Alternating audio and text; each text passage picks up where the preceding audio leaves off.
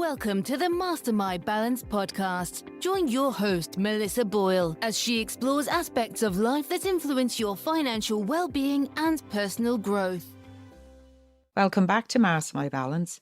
And today I am back with Áine OD, and we're focusing on practical tools such as routines, supports, and small changes that can make managing money feel more doable, especially for people dealing with stress, anxiety, or neurodiversity.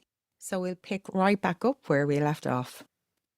And when it comes to, I just know, because we both have the academic background, I'm thinking in the campus, you're dealing with students, say some might have ADHD, some they're on the spectrum, you have dyspraxia. And that's one that I looked up, dyspraxia, and I didn't know that much about it. But I was reading through, when people put up notes into, when I was trying to learn some more about this, it was in a chat room, and there was the people commenting, and all these individuals had dyspraxia, and they were saying about managing their money. They just couldn't seem to budget, and all the little tips and tricks that they were trying to help them manage their money. And it was just something that I hadn't considered before, that was an element. And it was when I looked, because your PhD, I had a look at your PhD, and it was the development coordination disorder. And then dyspraxia is one of the ones that comes under that. And that's what had me then going in to look that up then. And it was really, really interesting that there's not only the day-to-day struggles that people might have, but then you have adolescents and teens, young adults that are also dealing with these other issues as well. Absolutely. So dyspraxia is what we would say is it's the everyday lived experience term that we use. Developmental coordination disorder is the diagnostic terminology. But when you talk to any individual, I don't see myself as being disordered. So even though sometimes we'd use the term DCD or developmental coordination disorder clinically as part of a diagnostic process, dyspraxia is very much the lived experience description. So they're both used interchangeably. Dyspraxia, DCD, it means the same thing. Yeah. And exactly like what you're saying there. So for dyspraxic individuals, when we look at brain imaging studies, we see that the areas of the brain involved for dyspraxic individuals involves the executive functioning regions. Now, the executive functioning regions are also associated as well with ADHD, because ADHD is a condition of executive functioning. Okay. So you see now this overlap. We see it as well for autistic individuals, for dyslexic individuals. They can have challenges with their executive functioning skills. So when we think of working with neurodivergent individuals, that is an area that we will often support them with, is how their executive functioning skills impact their everyday life. So for some, it might be around time management. For others, it might be around organization and planning and management. And that can really influence financial well-being, but it can also influence my capacity to manage my everyday life as well. So you're right. OT and other professions have such an important role there in supporting young people and adults to be more aware of their own thinking and brain styles, so that then they can put in the strategies that will suit their needs, because everybody's different. Yeah. And it's so I was just completely taken aback. It's just such a huge area, and it has such a big impact. Even when you think about, if they can't manage it, or their day-to-day activities, if they miss the bus, time management, they're going to be late for work. They could end up getting sacked. There's their financial resilience, being impacted. So it's such a huge area. It is. And when you describe all of that, the really big bit as well is that we need to think about that financial well-being and 100% hold over the side as well their psychosocial or their psychological well-being as well. Because when you think about what happens when you miss the bus, it's really stressful. What happens about when you're late, or you think you're going to be late and you've just figured out, well, which bus do I get on next? It's really stressful. So all of these everyday life experiences lead to greater stress and anxiety. And over time, that takes its toll. So it's for those reasons, like when you think about supporting children and young people at younger ages, we want to help them to be more aware of those skills of like things that we can do to navigate around it, to make it easier so that we're not left in that situation with multiple scenarios of stress and anxiety throughout the day. Yeah, yeah. Could you actually, when you explain it there, it makes so much sense. There's such a ripple effect. Absolutely. Uh, Absolutely. And they influence each other. If I'm anxious about, oh, well, like I was in Dublin today. I am not from Dublin. And I always find it stressful navigating Dublin traffic. So it's like, but I know going into that, oh, I'm from this is Dublin and I find it stressful navigating the traffic. exactly. And I'm also dyslexic and I'm really, really like my verbal working memory is shocking. So if you give me instructions and say, on you go, boom, boom, boom, boom, boom, I'm like, I've maybe listened to the first two, but actually my brain is tuned out after number three. Because that's what verbal working memory does. It's only got a certain capacity that it can hold. Mm. So so sometimes like that is why I adore Google Maps or any map app because it is now my verbal working memory. There is somebody talking into my ear telling me when it doesn't work out, it's really stressful. I also know simple things like around, that piece around spatial awareness. When you're Yes. tired, your spatial awareness is not going to be as good. So I'm always much more conscious of like, all right, okay, if I'm tired, take a break. Because actually for me, the impact will be much higher. At that point, I'm more likely to bump into things to, make it a mistake and an error. So understanding our cognitive profile is so important for when we think about employment, when we think about engagement in everyday life and how we manage our finances. Yeah. And when it comes to, say, not really young children, I suppose, but from the perspective of the occupational therapist, for a child that maybe may have various difficulties, when would be appropriate to start, I suppose, teaching them or guiding them in with the money management or usage or As young as possible. The younger, the better. So I suppose when you're an occupational therapist, you can't lose that lens. yeah, So for me, it's like, it is never too young to start. And when I say too young to start, when they're like 3, 4, 5 going into the shop, giving them the confidence, because when you think about what we call self-efficacy, so it's that yeah, belief in that I can do this myself, okay? yeah, Giving them the confidence to walk up to the counter and to actually say, let them actually give it to the person in the shop and to mm, pay for it. And then asking them to know, well, how much change are they getting? Or, what they're doing. Encouraging them to scan the barcode, talking to them about it, saying to them, going into the shop, like there is nothing worse harder as a parent than taking children shopping with you yes, because they want all of the things that mm, you don't want to buy. And, yeah, and the shop is laid out that way. So telling them, we have €5, and then actually, saying to them, oh, actually, we're at 450 now. One of the best devices that I love is, and I'm sure other shops have it as well, is, when you go into Tesco and yeah. you can pick up the handheld scanner. Oh, yes, That is brilliant for actually kids adore it, okay? Because they get yeah, to scan it, it makes a little noise and, it's great fun, okay? yeah. But you could see the total of your shopping clock up along. So it's Oh, brilliant, not just for kids, but for any yeah, of us who the temptation, you go in when you're hungry, when you're tired, it's never yeah, going in your peak moments of performance, but they can see then the total clocking up. So you can make it objective rather than it being that, mommy, daddy, granddad, auntie, friend, whoever's like, or that it being an argument of, I don't want yeah. to buy this. It's like, actually, we're going to look at the cost of this, and how much work. So we can teach them, the younger we start to teach them, the better, because these are life skills. Yeah. Yeah. God, that's great. And I've never actually used one of those before. I must now that I There know it actually does that. That's brilliant. I see it at two sides of where it works really effectively. for adults. And sometimes neurodivergent adults will say this to me as well, like within a professional capacity. So, you leave work and often you can be just mentally exhausted, really Yeah. tired. And Yeah. now you have to go and do your shopping. And it's like, Yeah. oh gosh. Yeah. So actually using that can be such a game changer, because rather than just throwing everything into the trolley, even though you don't have the thinking left or that energy reserve left, you can see it clock up. And when it's getting too high, it's like, oh, okay, versus getting to the till.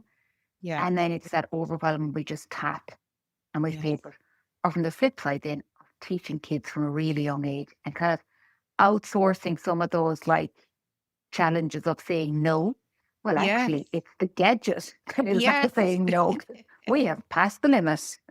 Yeah. Yeah. God, it is great. It is a handy little tool to use. Yeah. And I suppose that's one of the things as an OT when I say you can't lose it, because that's how we come in with that lens of analysing Yes. the environment. Shopping is an overwhelming environment. How can we take a bit of the stress out of it? And Yeah. analysing the activity and also then my personal resources. What have Yeah. I got when I go shopping? Yeah. And that really would help. Something small like that little device would help somebody manage their money. They know how much they have, how much they can use as they go around doing their shopping. Totally. And like all of us now have, or I shouldn't say all, but the majority of people have a smartphone. So Yeah. even other things like actually, especially that piece around, because executive functioning is a real, like, you see the impact of it for people who've experienced mental health Yeah. challenges, also for neurodivergent individuals. So, on your smartphone, you can have a list of your shopping, but Yeah. also like I do it really functionally on WhatsApp. So I have literally a shopping list on WhatsApp. So there's, Yeah. when I think of things, I put it into the WhatsApp, Yeah. and then I go back and I can search, and I can scroll back to previous text messages going. So it's always like we all pretty much buy the same things really on repeat. Yes. Yes. But it also means that I can outsource that brain function. I don't Yeah. need to think about it when I get into the shop. Yeah. Great tip. And then just as we're speaking with individuals with various like neurodivergent ADHD, I was looking up, there's a grant, I can't think of the name, had it Oh, the written down work and here. access scheme. Yeah, that looks Yeah. really good. For, I suppose, employers and that. Could you just explain a bit about that? It's a brilliant scheme. So it was launched by the government back in July of 2024. And basically, what it now means is that organizations and companies, so not the public sector, but Yeah. companies and organizations and charities can apply for the work and access scheme. Okay. And the Okay. aim of it is to enhance support and awareness around disability in the workplace. So across anything. Yeah. So companies can tap into it for training to support their awareness and understanding of what do we mean by neurodiversity? And Yeah. under that is like all of those conditions such as dyspraxia, ADHD, autism, dyslexia, Tourette. So we can now provide training. So I would do a lot of this now, Yeah. providing training for companies on, neuro inclusion 101. But then I also do bespoke training for HR leaders and managers to really Yeah. understand how do they support individuals on their team or within the wider organization. So very specific pieces. But also under that scheme as well. So from a training perspective, organizations can tap into anything up to €20,000 of Wow. training. Now, obviously you have to submit your quote and you have to Yeah. submit, the background information around it. But it is there to support and increase our rates of supporting individuals in the workplace. Yeah. Then from the employee perspective, as an employee, if I was to come to you and say, Melissa, I am an ADHD or I am dyslexic, I'd really like to look up, see what supports are here in the workplace for me. You could Yeah. now say to me, well, you know what, Áine, why don't we get a workplace assessment under the work and access scheme, which means that you can apply for it and contact an OT or somebody similar, and they can actually then, meet with that employee, do a full assessment of their needs in the workplace with regard Yeah. to that organization. And then they will identify the reasonable accommodations required. So the organisation gets support to fund the workplace assessment, and they Yeah. also can apply then for funding as well to support the implementation of reasonable accommodations. That's fantastic because It's there's been incredible. and there's been so many studies over the past couple of years, more and more about like the impact of financial distress, low financial well-being, the impact it has on individuals, their career. And if you think of somebody out there that has ADHD or any dyspraxia, anything at all, that could be impacting their finances, and then it ripples into their career and issues 100%. arise there. So it really, that's when I got that grant. So if we bring, I must ask you about it because it really, really is good to know. Yeah. Um, And we need to keep talking about it because I suppose, whilst as somebody working in the area, I often think, well, everybody knows about it, but they don't. no, A lot of yeah, organizations haven't heard about this. And it's not dependent on the size of your organization. So you could have okay, 2 employees in your yeah, organization and apply for it. And it is so important when you think about from the employer perspective and the yeah, employee perspective of supporting both parties. Because once we're out of employment, it has huge impacts on all areas of our life. yeah, yeah. And overall, the overall Yeah. well-being is really It's damaged. the overall well-being. And it's definitely something that I suppose I would be very passionate about supporting people who want to. Work Yeah, can be challenging for some people. So it's not that work is the be yeah, all and end all for everybody, but where that is their goal. I know for me, that was one of the things that I found that the it was definitely one of the most challenging pieces was being out of work because yes, I saw myself as somebody who had always worked, but I work. yes, This is my identity. And yeah, now I can't work. And my goal the whole way through that was, how do I get back to work? That was yeah. always my goal. So absolutely, like we And need you to be think, tapping into it. yeah, your self-esteem would have been hit really hard there. When Really when you're hard. feeling low, it's too easy to spend because you want to make yourself feel better.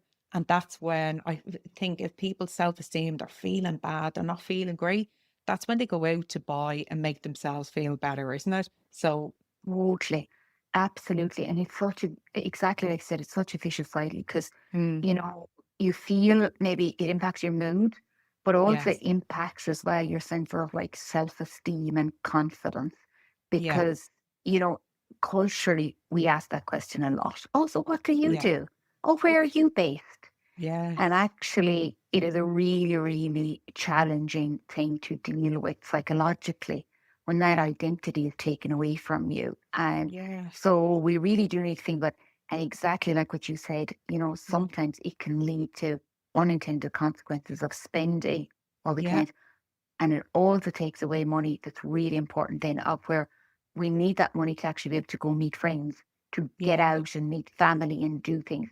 Without yeah, that financial stability, you're now going to yeah, really take away you're going to y- increase loneliness and yeah, increase, anxiety, low confidence, low mood. yeah, yeah. Anya, if people wanted to get in touch with you, what is the best way to, because I'm sure this is going to raise a lot of questions and a lot of interest. It's such an interesting area that people don't often think about when it comes to finances. So Mm. it'd be great if they knew how to get in touch with you. So they can jump onto my website and have a look at it. It is www.radianceconsultinghub.com. Yeah, And they can also follow me on social media, on Instagram or on LinkedIn at yeah, Dr. Áine OD. I suppose just to say, I don't work clinically as an OT anymore, but I do provide workplace assessments for people. yeah, I do provide a lot of coaching for professionals in the workplace. And of course, financial well-being comes into that for all of us, particularly yes, when I'm coaching self-employed people, because it is definitely yes, a thing. I think it comes up in every coaching session, that yeah, piece around managing finances as a self-employed individual or somebody who's running their own business. I mm, work with a lot of small business owners as well and medium-sized business owners. yeah. That's brilliant. And what I'll do is I will also add your contact details and a link to your website in with the podcast when it goes live, so anybody can catch it there as well. So, Áine, thank you so much. That was fantastic, and I really enjoyed our discussion. Thank you so much, Melissa. It's been a pleasure.